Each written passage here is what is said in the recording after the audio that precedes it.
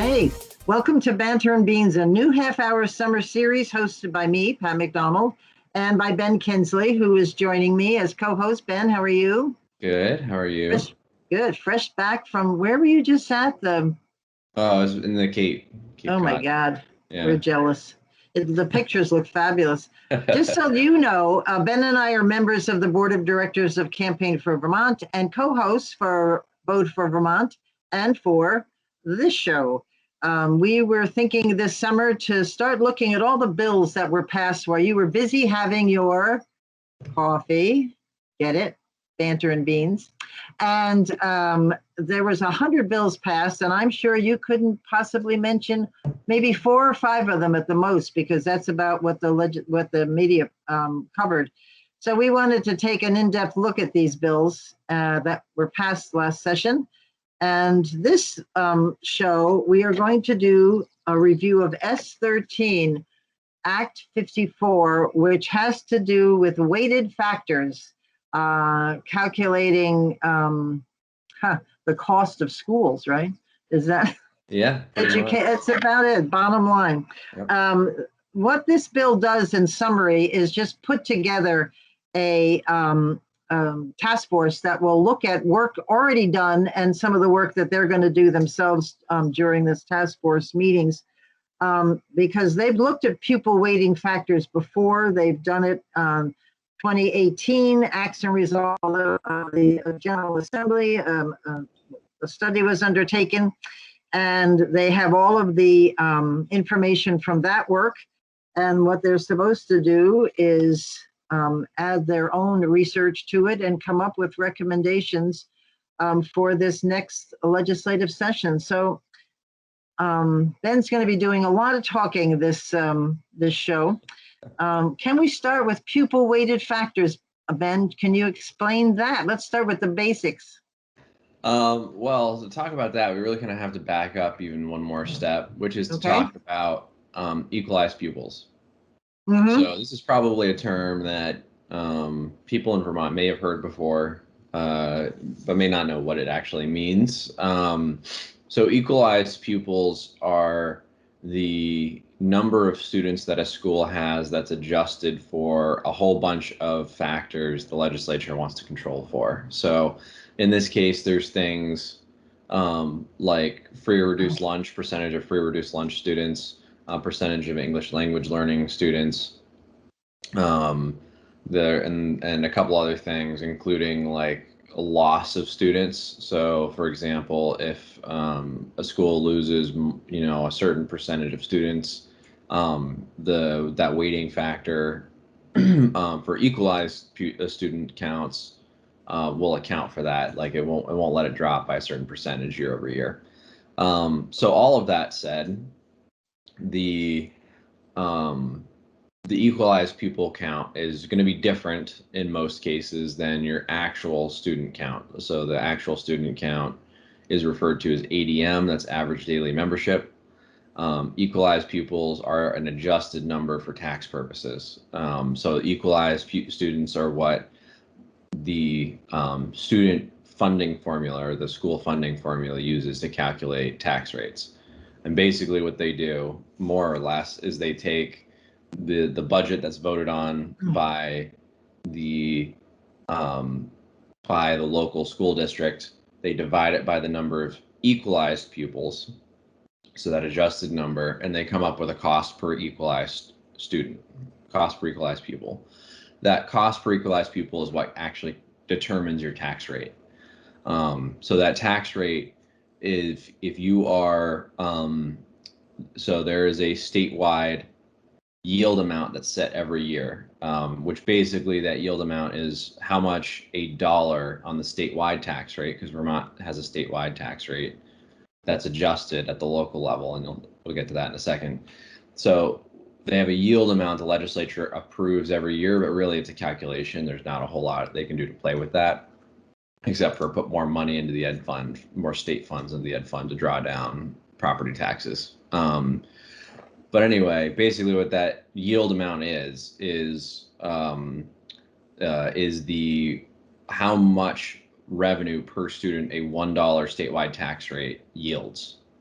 So if a $1 statewide tax rate yields, so let's make the math easy and say it generates $10,000 per student, and then that's the yield that the legislature sets. $10,000 is the yield for the $1 tax rate. And then if your cost per equalized pupil, so you know that calculation of like you take your school budget and then you divide it by your equalized pupil count, and if that cost per equalized student number is higher than $10,000 per student, or then your tax rate is going to be higher than the dollar statewide tax rate. If it's lower, then it's, and no one is lower, by the way, at this point in time, no one is lower than that yield number at this point in time. But if it's lower, then you actually be under that dollar yield statewide tax rate. So let's say your cost per student, to make the math easy, is $15,000 per equalized student.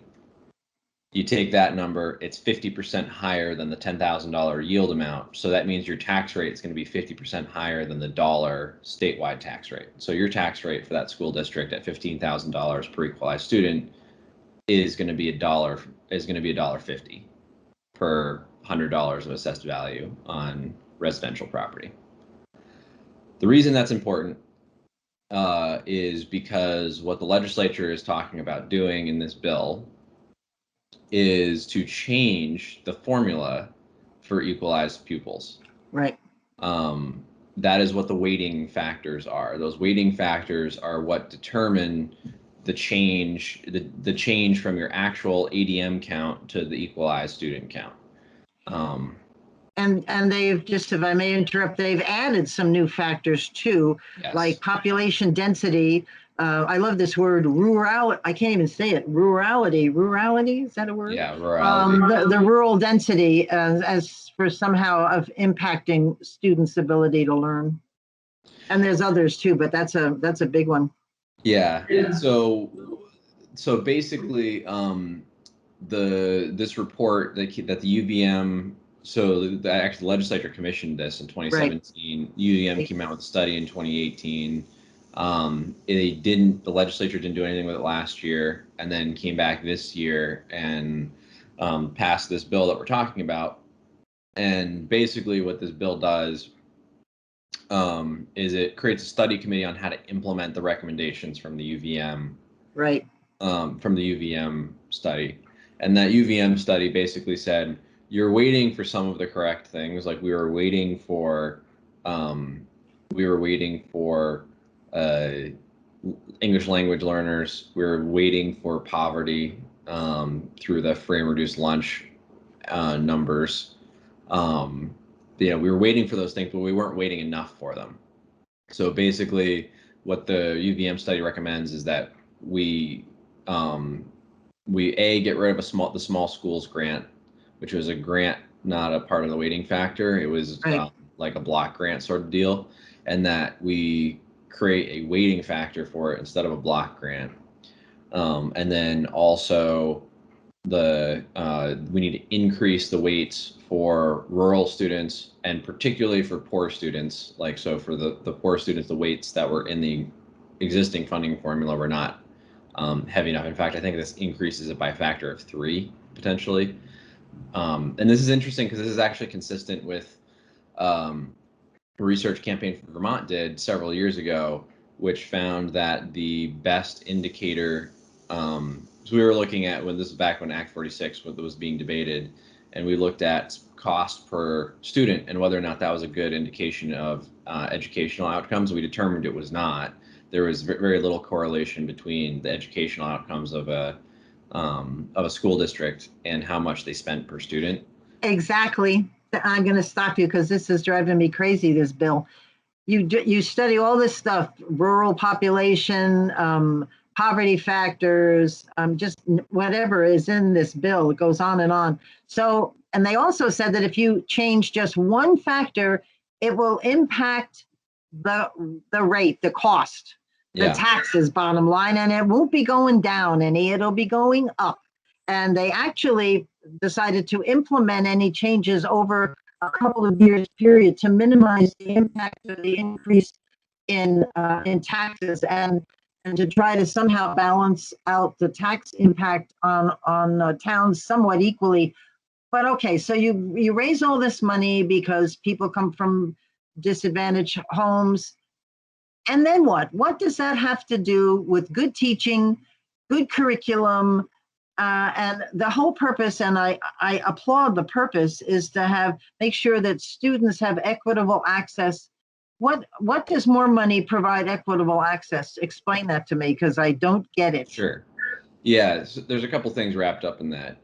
So first, I want to go back to something you said off the bat, which was like, yes, there is no correlation, and there's national research that backs this up. There is no direct correlation between the cost per student and the educational outcome of kids, the way that they test on standardized tests, the way that they are evaluated for national standards. Like, there is no discernible difference, and there's national research backing that up, and Campaign for Vermont did research back in 2014, 2015 that found the same thing. Right. So I agree with that. But interestingly enough, what we did find, because we looked at a whole bunch of different factors to try to figure out what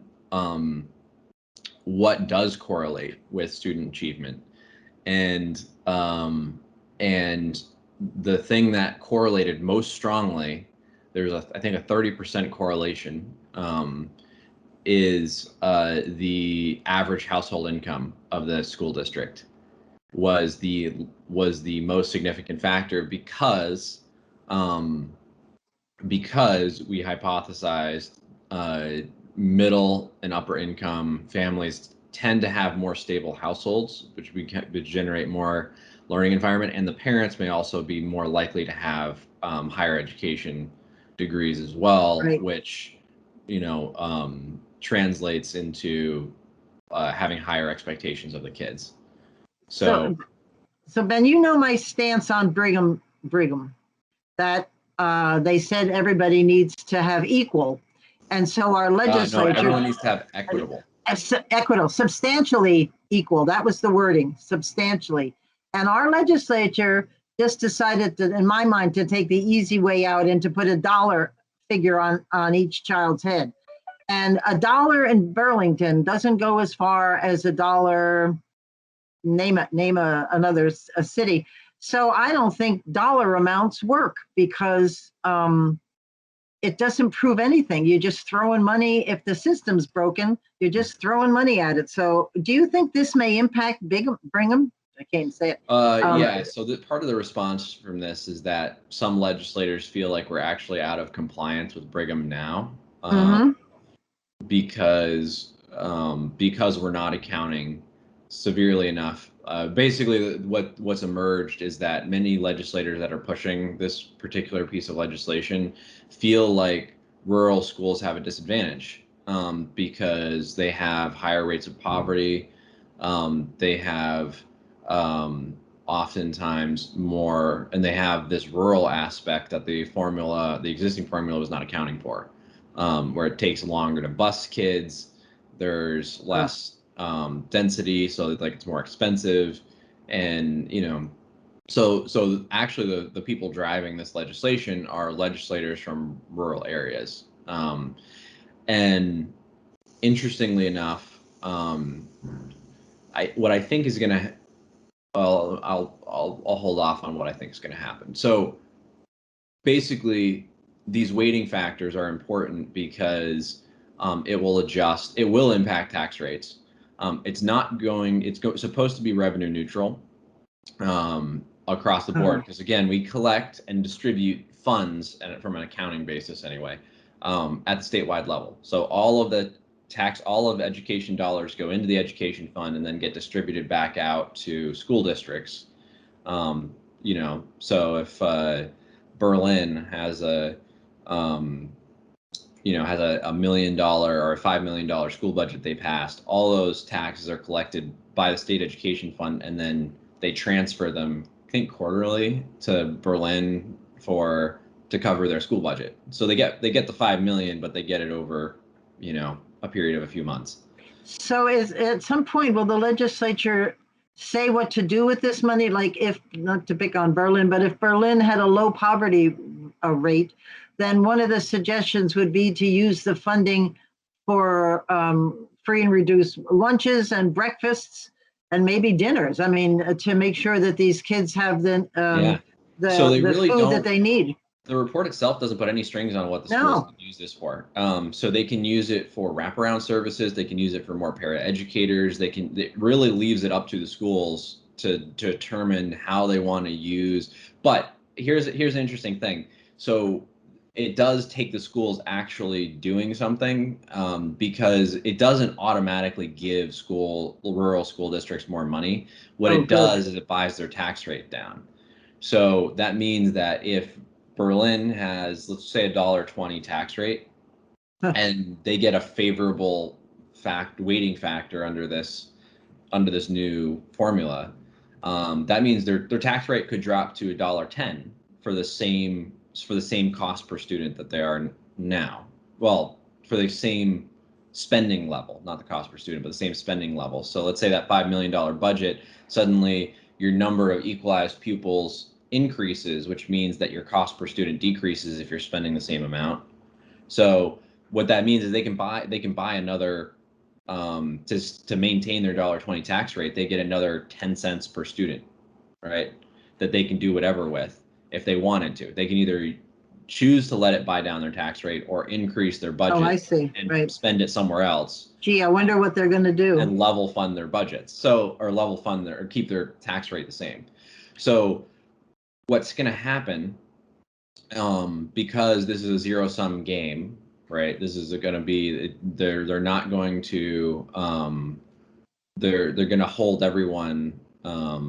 It's supposed to be a zero-sum game at the statewide level, but what that means is that there's going to be winners and losers, because primarily the winners and losers are going to be rich towns versus poor towns. So poor towns are going to win because of this increased weighting factor for poverty and for urban density, basically. So rural school districts are gonna see a windfall, like their tax rates are gonna fall, which means they can buy back their tax rate if they want to,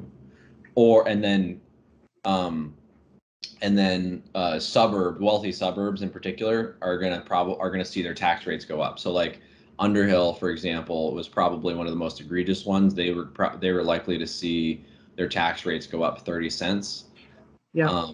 And Stowe and Mad River Valley and Manchester, like think of all Norwich, like all of those wealthy towns with big property values and relatively high incomes.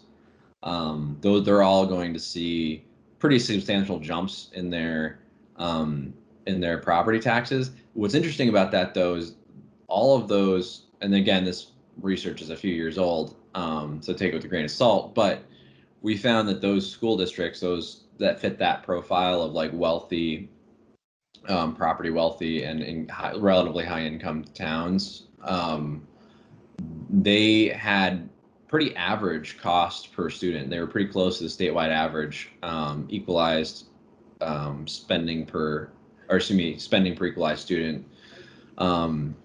But their outcomes were far and away better than most other school districts. So what they might see is they might have to actually reduce some of their spending to bring their tax rates back down. And Ben, we know, at least I've had firsthand experience with seeing a town's budget almost wiped out when a family moved in with several special needs kids. Yep. Because, and I don't see, for me, that's where a lot of effort should be, to figure out how to make those costs not impact the town so dramatically. Where is that in this bill? I don't see it. That's actually one of the biggest points of contention in this whole thing is how to treat special education, right? Students who need special education. Exactly. Because the formula proposes that they do it with the equalized pupils. The legislature is less reticent to do that because because they want to use categorical aid. The problem with categorical aid is that it's usually a block grant, which means you get $20,000 or $30,000 a student. So if you get a student that costs $60,000 a year, then you still have a gap of 40,000, 30,000, depending on what the situation is, and block grants can't help you at that point. No, and the parents in these cases with special ed children, and I understand their desire to fight as hard as they can for their child, but they can pretty much demand or recommend or suggest just about anything to the school to send their child to a special school, to do a lot of things for that child. And I get why they do it, and I'm not saying they shouldn't fight, but there's got to be some alternatives to some of these things that we're doing that are equally effective. A lot of people have probably heard about, are familiar with school choice in Vermont. Right. There are two situations in which students are granted universal school choice, and one of them is high school students who want to take a course of study that is not offered by their existing high school. If that is the case, they can tuition to any other high school in the state that they want. The second condition is if you have a special needs student which the school cannot provide necessary services for. Right. That student then also has universal school choice. They can tuition to any school in the state, and under the block grant model, that block grant follows the student, so they get their statewide average tuition, which is usually like $17,000 a student, I think is what last year's calculation was. That varies a little bit from year to year, but they get the statewide average tuition rate plus the block grant, which could be $20,000, $30,000 to go to wherever they want with that student. And does that include students who are on the other end of the spectrum, who are we used to call them overachievers. I don't know what they call these kids now, but the Mensa kids, the kids that are bored out of their minds sitting in a class because we aren't teaching at their level. What happens to those kids? Yeah, so in theory, that they would be covered under the my school doesn't offer the course that I want to take. Right. They also have the option to do early placement, so you could go to any of the state colleges. Yes, do that's early true. enrollment there. You could go to a tech center program if you wanted something that's more hands-on. Yep. Like there are options for those kids. The school choice option is not utilized as much because, quite honestly, the incentives aren't there for it. The incentive is for the school to keep that student there at all costs. Right. So Exactly. They don't even let the student know that that's an option because they don't want to lose those tuition dollars, or they don't want to pay. That's a sad thing to say. Yeah. True. So anyway, this is a big point of debate on like how you handle special education. Does it continue to be a block grant, or do you make it part of the formula? And there are pros and cons to each. The formula can adjust for the actual cost of the student potentially, but the other problem with that is that with the formula, there's a potential lag time issue because the formula looks at averages over the last 3 years to figure out like what your calculation should be. And if you have a student that comes in year one and is costing you $60,000, you can't wait 3 years for that to catch up with you. So there has to be some sort of adjustment for that. So that's kind of an open debate, but that is an issue. That really leaves those kids behind, as it does on the other end of the spectrum. Yep. And that's not fair either.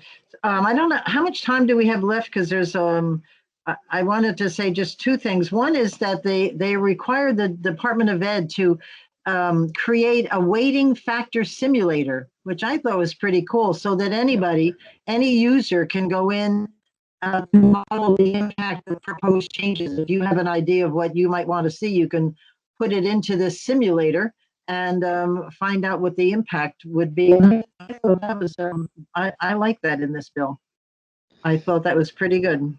Yeah, that's a really cool idea, and it's necessary. And even I would say I hope they take this one step further and actually give you the ability to plug in like a proposed school budget, for example. So like, Oh, okay, nice. Berlin has this proposed school budget, or Burlington has this proposed school budget. You can plug that into the calculator, and it'll show you what the estimated tax rate is. Yeah. And I think that would be really cool. That's I, something that is yeah. missing. And it's not a Yeah. terribly difficult calculation nowadays. Like you can give a pretty good estimate. Well, they also put in this bill that whatever they do, any changes to the formula, they have to simplify it and make its calculations more transparent, because there's a lot of stuff here. People, it's hard to know what the details are of each of these issues they're talking about. I mean, what does that mean? If you obviously know what below poverty is, but some of the impacts that they're worried about, I don't know that I have an understanding of what that means to me and to my child. Yeah. Fortunately, I don't have to worry about that anymore. But it's some of this stuff is good. I just don't understand, while they're busy raising taxes, what it's going to do for the student directly.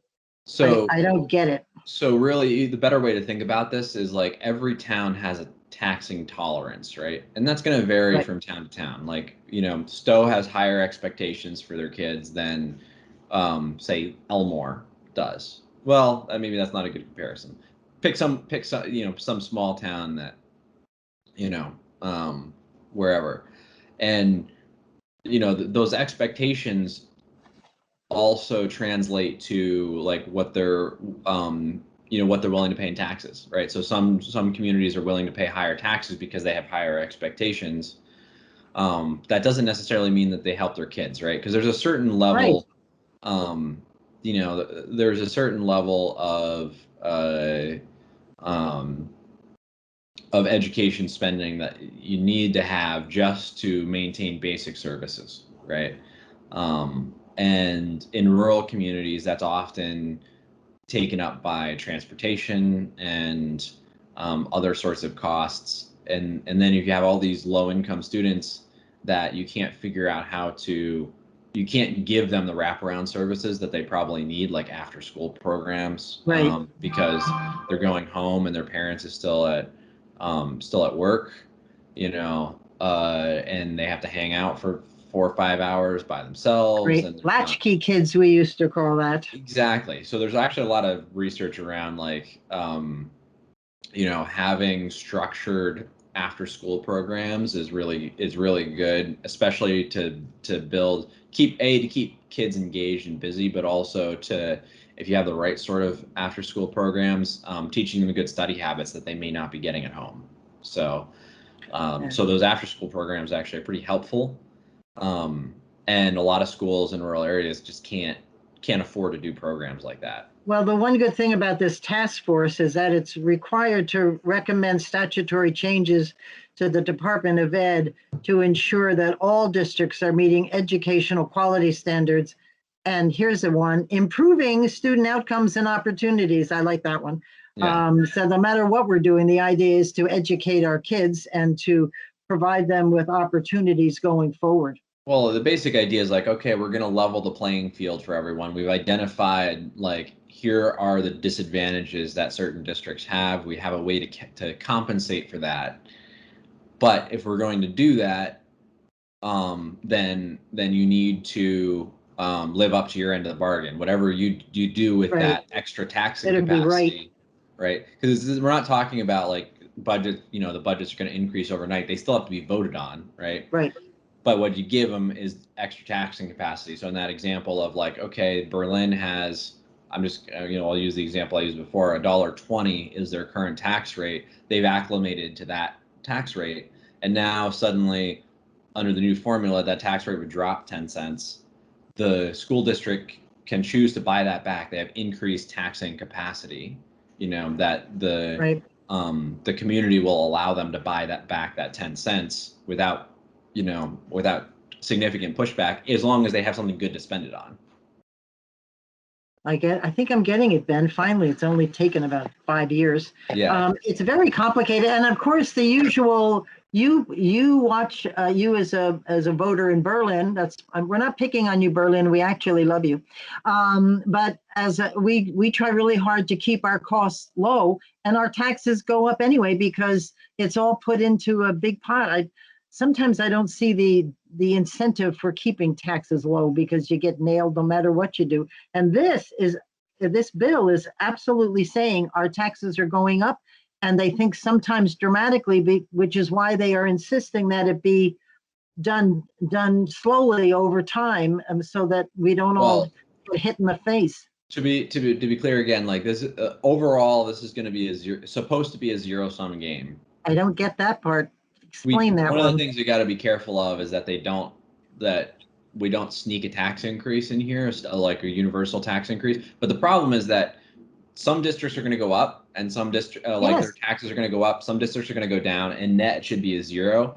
The part of the issue is that like the way that those formulas are written, the analysis done by JFO indicates that like 2/3 of school districts are going to see their taxes go down under the new formula, and 1/3 are going to see their taxes go up, which means that the third that goes up is going to increase more than the 2/3 that are going down, right? That makes sense. Here's what this bill says. E. Requirements from the task force. Recommend ways to mitigate the impact on residential property tax rates and consider tax rate equity between districts.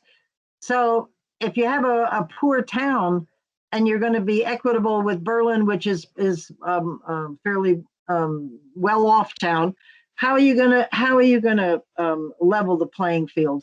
Somebody's going to get hurt, aren't they?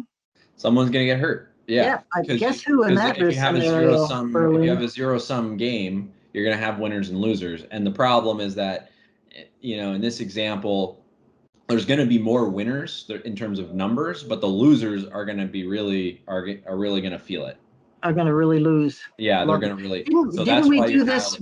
Districts like in the Mad River and Stowe and Underhill that are going to see potentially 20 to 30 cent increases on their tax rates because they're in the loser bracket, and because the loser bracket is smaller than the winner bracket, they're going to see a larger impact. You really wouldn't mind paying extra, at least I wouldn't mind, if you actually saw the results in our kids' testing and standing in the United States and nationally or worldwide. I mean, we're in pretty bad shape, and I would like to see what a return on investment, I guess. Well, I'll tell you what, like, we have 2 school districts in the state, 2 school systems that are top 100 in the U.S., which is really, really difficult to do. Yeah. Like Williston and Essex, both suburbs of Burlington, relatively, middle-class suburbs. Both of them have excellent high schools, excellent middle and elementary schools, and they both consistently rank in the top 100 school districts in the U.S. We have examples of that right here. Yeah, why can't we model that? So we have examples to look at that are right next door, and some districts do a good job of modeling that. They just don't quite have the student population. I mean, Essex is the second largest municipality in the state, so that helps a little bit. They have critical mass, but but we have examples in our own state of really successful school districts. So they're going to have to go back and pretty much do all this data over because of the school mergers and the changes in the superintendencies around Vermont. So because what they had before, even in this study that they did in 2018, that may not be as accurate as it should be for this task force. The school, and that's part of the trickiness here is that what the proposal was to do this on an individual school level, this weighting formula, but taxing happens at the school district level. Right. So how do you do that? You just move. The easiest thing to do would just be to push it up to the district level, but then you may have one school that's really rural, one school that's urban in the same district, and then it gets complicated. So that's one of the things that this task force is supposed to be looking at. And then the other thing is like, how do you implement it? Because like it's really hard to drop, a 30-cent tax increase on a couple districts in Yes, one it year. is. So like you have to phase that in. So like, what does that look like, and how do we get there in a reasonable amount of time without like totally destroying, a tax base? But Ben, she says sarcastically, didn't this whole new merger thing supposed to save us beaucoup bucks? Oh no, it was never. We could have a whole Don't show find on that that. in the bill, can you? Yeah, it was sold as a tax saving thing. It Yeah, was never about wrong. tax savings. It was Nope. about management. The Agency of Education wanted to be able to manage the system better, and so they and they were largely successful in that. They wanted districts to look more uniform, and they wanted to have, so in that regard, yeah, they were pretty successful. It's, as far as we can tell, it saved $0, and then the other claim that they made was that it's going to increase. It's going to increase the student opportunities, and that we won't know probably for another 5 years if that's true or not. Right. Well, I hope it'd be interesting to follow this again in January. They have several meetings scheduled. There's one next week, which I will be watching. They have already had one task force meeting, and they've got 8 planned with 2 public hearings. So I would suggest that people really pay attention and, maybe tune in. There's a way that you can ask questions. They have a way for you to sign up if you want to participate. And they've already laid out in the first meeting, they didn't do much really nitty gritty work. They just kind of reviewed everything that had taken place up until that day, because there are people on the task force that weren't in the governing committee, so they didn't hear all the testimony. But they will have 10 meetings, 2 of which will be public hearings. And I wish them success. I'm getting better at understanding this, but it's what they do with the money, isn't it? Yeah, it's what they do with the money, and that is an individual school district choice that has to be voted on through their budgeting process. There's going to be. I hope that most districts that need it take advantage of that increased taxing capacity. Right. And that the districts and the districts that are going to see that are going to be on the losing end of the new formula, they're going to have some difficult conversations. Yeah, I was going to say, if they're not going to use it and have the ability to reduce taxes, they're going to have to do a lot of serious conversation talking to the voters and citizens and taxpayers in their community, because the minute people hear there's an opportunity to lower taxes, their hands are going up. Yeah. So they're going to have to explain what that money can do for their students. Yeah, no, it'll be very interesting, and obviously we're gonna Campaign for Vermont's gonna keep an eye on it, because a couple things that we'd be looking for is districts that either misuse that money, or the state using it as a way to sneak a tax increase in there, which is not the intent, but that could happen because it's like, we need oh, money, free money. Exactly. Let's spend it. Well, is that it for us, you think? I think we are out of time. So thank you everyone who's watching for joining us on Banter and Beans. We have a lot of fun doing the show and drinking our coffee. Yes, we do. Our coffee. And hopefully that we helped you understand a little bit more about what's brewing in Vermont. There you go. Thank you very much. See you next time.